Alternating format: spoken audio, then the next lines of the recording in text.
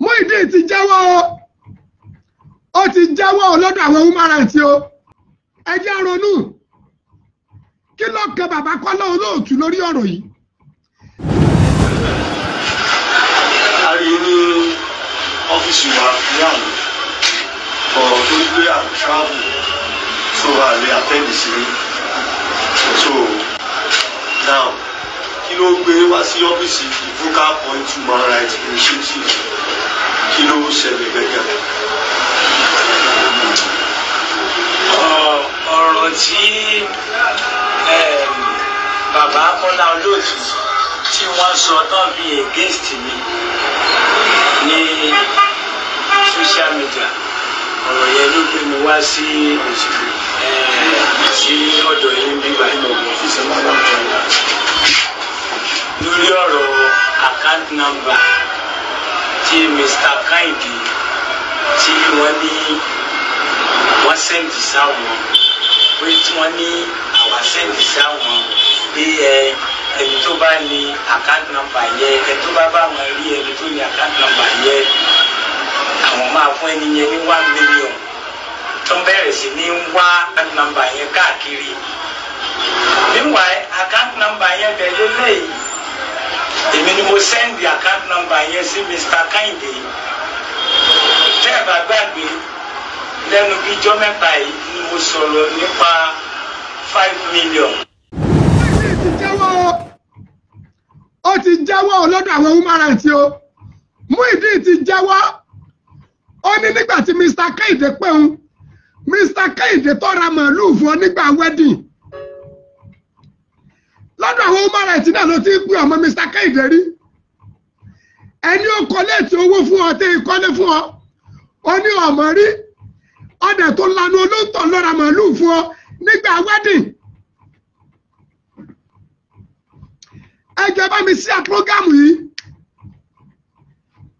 Muyideen ti jẹ́wọ́ àbábọ̀ náà sọ bóun lẹ́sẹ̀ ṣe ẹ̀sìn ayé ara yín sí báyìí. Muyideen ti jẹ́wọ́ ó ní Mr. Kehinde pé òun ọ̀dọ̀ àwọn human rights ní ti sọ àti ìyá rẹ̀ ni wọ́n dẹ̀jọ́ wà bẹ́ẹ̀ àti ìyá àyà pọ̀ lábẹ́ sẹ́mọ̀ lóòótọ́ ìyá yìí ọ̀dẹ̀ tó tẹ̀lé Muyideen ó wíwìkúwì ó tún sọ̀sọ̀kúsọ ní ìṣojú ẹ̀ Muyideen ti jẹ́wọ́ o ẹ wo inú mi ó dùn kẹ́ gbé ọ̀rọ̀ yìí lọ sí court gbogbo ẹ̀yin àfáyà ẹ̀ bójú ara yín jẹ́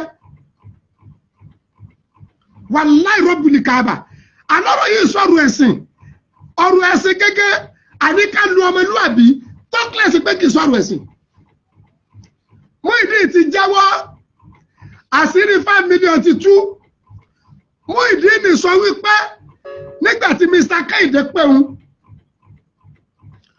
ó lòun sọ wípé ó ní Mr. Kehinde wọ́n ní báwo ni settlement ọ̀rọ̀ tí ń ṣe láàrin Àtàgbàlá Gabriel òun ló ń fẹ́ gba ṣọ́ọ̀bù ẹnu ara ẹ̀ ní tó fi ń wí ọ lọ́dọ̀ àwọn human rights ṣé wọ́n tó mímí kí ẹni báyìí ṣé wọ́n tó mímí kí ẹni báyìí Muyideen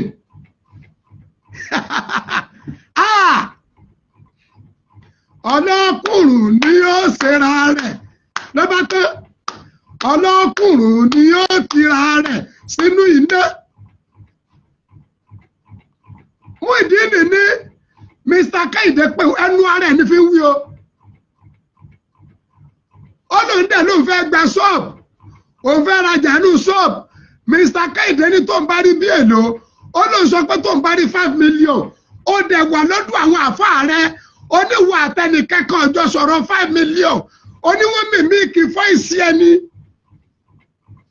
ó dijọ́ ní ìsìn tó ní mímí kì í fọ́ ìsí ẹ ó ti ń jẹ́wọ́ ó ti ń tú rẹ̀ láṣìírí báyìí ọ̀rẹ́ rẹ̀ náwó ó ní ó ti jẹ́wọ́ lọ́dọ̀ àwọn human rights ó lóun lòun send the account sí Mr. Kehinde ìgbìyànjú ẹkú ètò lónìí àbúrò ní sẹ́yìn àṣírí ti tú Muyideen lòun ó ní Mr. Kehinde pé òun àwọn dẹjọ sọ̀rọ̀ 5 million fúnra rẹ̀ ní tó ń fẹnu ara rẹ̀ wí lọ́dọ̀ àwọn human rights tó wà tìyá rẹ̀ lọ. àwọn jọ sọ̀rọ̀ 5 million Mr. Kehinde dẹ̀ ní kó wọ́n send the account. ó dẹ̀ wà lọ́dún àwọn àfáà rẹ̀ ó ní wọ́n mímí kí fọ́ìsì òun ni ó ní wọn ò béèrè 5 million. sẹ́rí wọ́n mi ní àfọ́ọ̀tì kàṣáàbù ìlànà kìsìbì. bàbá wa Ìmáàmù Ṣáfì wọ́n ní wàmí ní àfọ́ọ̀tì kàṣáàbù ìlànà kìsìbì. orí burúkú tí máa ń bẹ fún òpùrọ̀ ni pé irọ́ tó bá pa láàárọ̀ tó bá dọ̀sẹ̀ bí léèrè yóò ti gbàgbé. àbáfọ́ náà sọ ọmọ akéwù rẹ̀ sọ wípé lóòótọ́ ló ń béèrè 5 million. kò dé sẹ́ni kankan tó sọ pé wọ́n ti sẹ́ndì owó sí. kò sẹ́ni tó sọ bẹ́ẹ̀. èyí tí Muyideen sọ ikú wọ́n di ó ní wọ́n mímí kí wọ́n lòun ò béèrè 5 million. ó ti jáwọ́ lọ́dọ̀ àwọn human rights. sẹ́ni pé fúnra ara ọmọ ìnira rẹ̀ lẹ́wọ̀n. ṣé wọ́n máa ń wọ wèrè sí Islam ni? mo sọ bí mo ní ká dìde àtúnṣe ọ̀rọ̀ yìí níbi tí ń lọ yìí Ọlọ́run má jẹ́ kí ẹ̀yin àfa àwọn èèyàn kó bára yín o torí náà nísìnyí ẹ̀yin ni mẹ́ńtọ̀ Muyideen ẹ̀yin ni lídà rẹ̀ torí ọ̀dọ̀ yín ló wà ìkí ẹ̀yin ló wà gbogbo tó bá ṣe nísìnyí wọ́n máa béèrè lọ́wọ́ yín. iwájú yín ló wà tó fi sọ pé wọ́n bí mílíkì fọ́ìsì òun ni ó lóun kọ́ lòun sọ̀rọ̀ 5 million. ọ̀dà tó wà níwájú àwọn human rights ó lóun àti Mr. Kehinde àwọn jọ sọ̀rọ̀ òun dẹ̀ ní tó ń bá rí 5 million òun lòun send the account. La ilaha illallah la taslimanna isama kunta muqtadiran fasulimu tariju ukubahu ila nadami tanamu ainaka wali maslumu muntabiu tadiuni alayka wa ainu laila mutanami kila bá pé kola olóòtú ṣe bàbá kola olóòtú gbogbo tí bàbá wa kola olóòtú wí wọ́n ní ni bàbá wa kola olóòtú ni wọ́n ní Muyideen lọ́wọ́ gba 5 million wọ́n ní ni bàbá ìwí bàbá yóò sọ pé wọ́n ti ṣe fún ẹ. Kola olóòtú ní wọ́n ní wọ́n fẹ́ rán ọ lọ Mẹ́kà. wọ́n ní wọ́n ká sọ fún ọ ní bàbá wa Kola olóòtú wí. kí ni ariwo bàbá yìí tí wọ́n ọmọ Muyideen ń pa kiri? kí ni ariwo tẹ̀yìn àfáà yìí ń pa kiri nípa bàbá wa Kola olóòtú? ẹ̀ẹ́dẹ̀ bẹ̀rù ọjọ́ àti sùn ẹ̀ẹ́dẹ̀ bẹ̀rù Àlùkùránì tẹ́ gbé dání ẹ̀ẹ́dẹ̀ bẹ̀rù pé Islam ò lè bàjẹ́ àfi tẹ́ bá máa bàjẹ́ mọ́ Islam lára.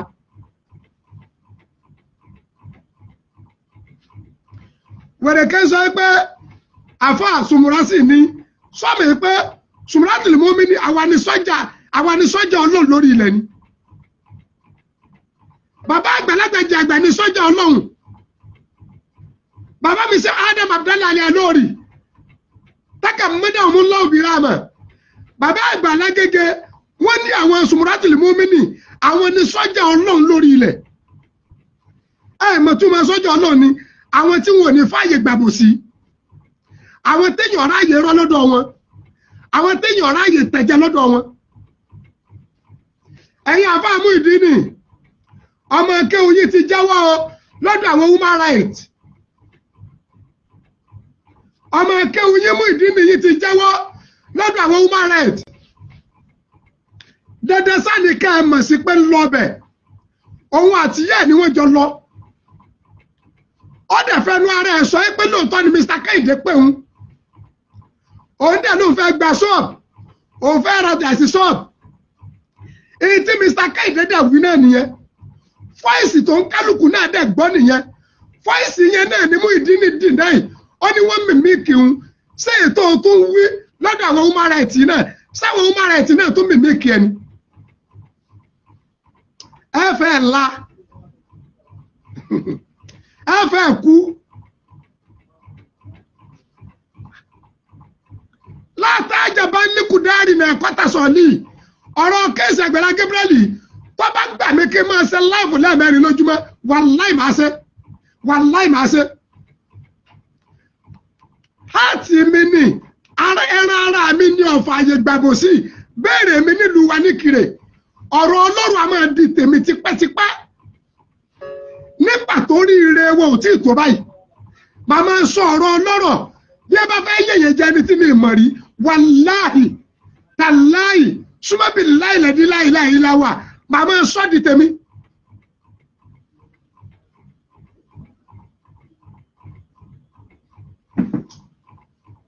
màmá sọ di tèmi wá béèrè mi nínú ìlú Kire ìwọ bọ́ọ̀lẹ̀ ní kò yìí sọ pé ń béèrè Aláàjì Kọ́mọ́dù bọ́ọ̀lẹ̀ lápọ̀mù ló ń béèrè Aláàjì Kọ́mọ́dù wá bọ́ọ̀lẹ̀ nílùú Kire nílùú bàbá mi ló ń béèrè Aláàjì Kọ́mọ́dù wá mú ẹdẹ́lẹ̀ mi.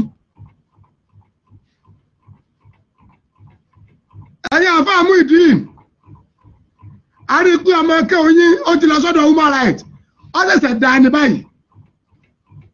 ẹ̀yin human right ọlọ́wọ́ bá mi dúró tì yín àbúrò ní sẹ́yìn ẹ̀ ní sí oore iṣẹ́ tí wọ́n gbé fún yẹn ṣe bí iṣẹ́ o ẹ̀yin human right àmì ẹ̀ lọ kọ́kọ́ mọ̀ pé bàbá wa Kọ́lá Olóòtú ó sọ pé Muyideen ti gba 5 million no wọ́n ní Muyideen sọ yí pé òun ní di 5 million kọ́rọ̀ ó lè yanjú gbogbo wọn ládẹ́gbẹ́ voice Mr. Kehinde ọ̀sọ́ páwọn ti kọ́ 5 million fún Muyideen 5 million sọ wá jẹ́ 5,000 ni ẹ̀bẹ́ ẹ̀mọ́ million ni 100,000 500 1 million 2 million 3 million 4 million 5 million ìwà àkó kókòkò wọ́n kó gbẹ̀mọ́tọ̀ lábúlé so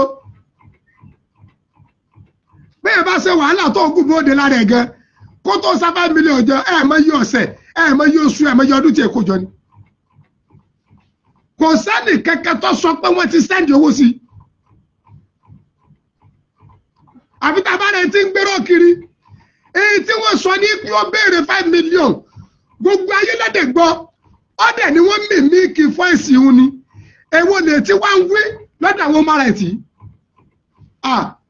ẹ padà fínísì ara yín.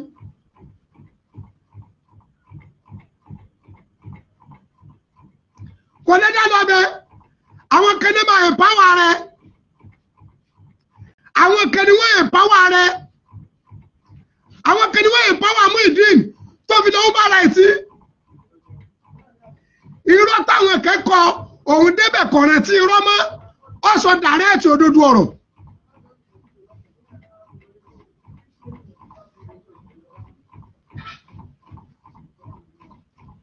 Inna lillahi ìbádà fútanu tàràkù dùníyà wàá fúlìfìtanu nasaru fìyà fàlámà àlìmọ ana sàtì liayi wàtànà jàlùwà lùjàtà wàtàsù sọlí àlìyàmàlà fìyà sùfùnà sọlí àlìyàmàlà fìyà sùfùnà. ẹ jẹ́ ronú àti mùsùlùmí àti kìrìsìtẹ́nì ẹ̀ẹ́dẹ̀já bẹ̀rù ọjọ́ àti sùn ẹ̀ẹ́dẹ̀já bẹ̀rù ìdájọ́ Ọlọ́run ẹ̀ẹ́dẹ̀já bẹ̀rù gbangba Ọlọ́run níjọ́ kan àtẹ̀mí àti ẹ àtọkùnrin àtọbìnrin ọjọ́ tá à ní wọ bàtà ọjọ́ tí ò ní sí pátá lásán di wa tá a máa wà ní òwò wùrà àtàní òfà àtàn ẹ̀ẹ́dẹ̀já bẹ̀rù ẹ̀ ẹ̀ẹ́dẹ̀já bẹ̀rù ọjọ́ tá a díjú tá a ní ńlá mọ́ ẹ̀ẹ́dẹ̀já bẹ̀rù ọjọ́ tí wọ́n gbẹ́ kótó tí wọ́n ju abẹ́ bọ́ ọba lówó ó kú ọ̀làyé ńjọ́ kan bó o ní ó kù ńjọ́ kan báyé mọ̀ ó kù ńjọ́ kan báyé ọmọ ó kù ńjọ́ kan bọ́ ọlọ́lá ó kù ńjọ́ kan bọ́ ọlọ́lá ó kù ńjọ́ kan báṣẹ ń bẹ lẹ́nu ẹ ó kù bọ́ ọláṣẹ ó kù bọ́ oníyì ó kù bọ́ oníyì ó kù bọ́ ọjà àfà ó kù ńjọ́ kan bọ́ ọ̀fà kankan ó kù ńjọ́ kan bọ́ ọjà pásọ̀ ó kù ńjọ́ kan bọ́ ọ̀pá kankan àti olùṣọ́ àgùntàn àgùntàn tó lù sọ̀nsọ́ á kú láyé jọkan.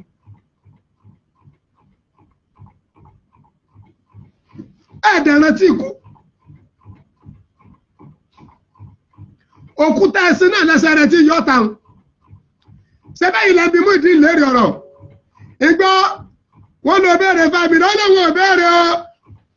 Wọ́n mímí kí fọ́ìsì ìhun ni o. Ó ti jẹ́wọ́ lọ́dọ̀ àwọn human rights o.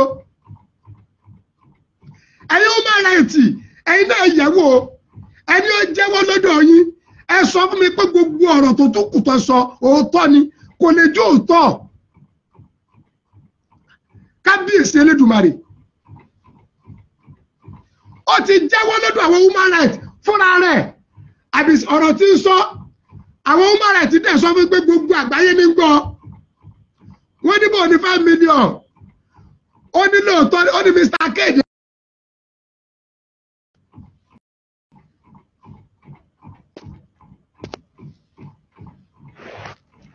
Ẹjọ́ má bá mi tẹ lẹ́kẹ̀ẹ́ má bá mi sí à. Wọ́n ti fẹ́ daṣọ ìrú o. Ẹ má bá mi tẹ like. Ẹjọ́ má bá mi tẹ like ẹ má bá mi sí à. Ẹ má bá mi tẹ like ẹ má bá mi sí à. Kò sẹ́sẹ̀ níbi kí Mr. Kéde ó pè ọ́ fún settlement. Why kí ló tó deny pọ̀ béèrè 5 million? Kí ló dé tó deny tẹ́lẹ̀? Ọwọ́ àdọ́dọ̀ àwọn human rights tí wọ́n tì ọ́ sí pé ọlọ. Wọ́n ní ọlọ ọbẹ̀. Mo mọ̀ pé tó bá jẹ́ páwọn ará bí tẹ̀lé ni kò ní wí tó wíhun. Ẹ jẹ́ ronú. Kí ló kan bàbá Kọ́lá Olóòtú lórí ọ̀rọ̀ yìí? Kí ni Kọ́lá Olóòtú wí? Tẹ́ sọ́dọ̀nà mọ́ bàbá yìí lọ́wọ́. Ọmọ Àdábánijà. Ṣé ẹ mú ẹ kì í sẹ́ranko bí ọ̀rẹ́ ni? Ṣẹ́rù Muyideen ní ọ̀wà àti Kọ́lá Olóòtú ṣubú. Ọmọ yẹn má forí gbárin. Kọ́ ọ má jẹ́ káwọn kan bá tiẹ̀ jẹ́ pátápátá. Gbogbo àwọn tí ẹ lè kún ọlọ́ tí ẹ lè nàró ayé ẹ, ọ̀dẹ̀ ń lẹ́rí mọ́ wọn lẹ́rí mọ́ wọn. Kọ́lá Olóòtú bá wọn lóko jẹ́, ó kọ́ wọn lóko rẹ̀ tó dáa tẹ́lẹ̀. Èwo ló dá bí ó kọ̀ rẹ̀ tẹ́lẹ̀ tó ní wọ́n bàjẹ́. Bàbá yìí sọ wípé wọ́n ní. Mr. Kéde àbúrò ní sẹ́yìn. Mr. Kéde gẹ́ ti wà pẹ̀lú wa. Ẹ jọ̀ọ́ ṣé mi direct. Mr. Kéde ṣé lè pè mí direct. Nẹ́bà WhatsApp mi ẹ̀ náà ní direct. Àmọ́ WhatsApp ò ṣe é pè báyìí torí fóònù tí mo fi ń ṣe WhatsApp náà ní tí mo fi ń ṣe live ní WhatsApp mi wà. Mr. Kéde ti wà àbúrò ní sẹ́yìn. Ọ̀rọ̀ tí Mr. Kéde sọ Muyideen ti fẹnu ara ẹ̀ sọ̀rọ̀. Ẹ̀yin àfáà Muyideen bóò lẹ́ẹ̀ ti sáyé ara yín báyìí. Ẹ̀yin tó kọ́ yín ti ń dá tẹ́lẹ̀. Kílẹ̀ wá débi kẹta, kílẹ̀ wá débi àbòsí. Ẹ ti wá Muyideen sínú Islam, inú wádà ti ń dùn, alhamdulilayi, a tún lẹ́ẹ̀kan sí. Ẹ ṣe fi mọ́ lórí wíwẹ̀ tẹ́wẹ̀. Ẹ ṣe fi mọ́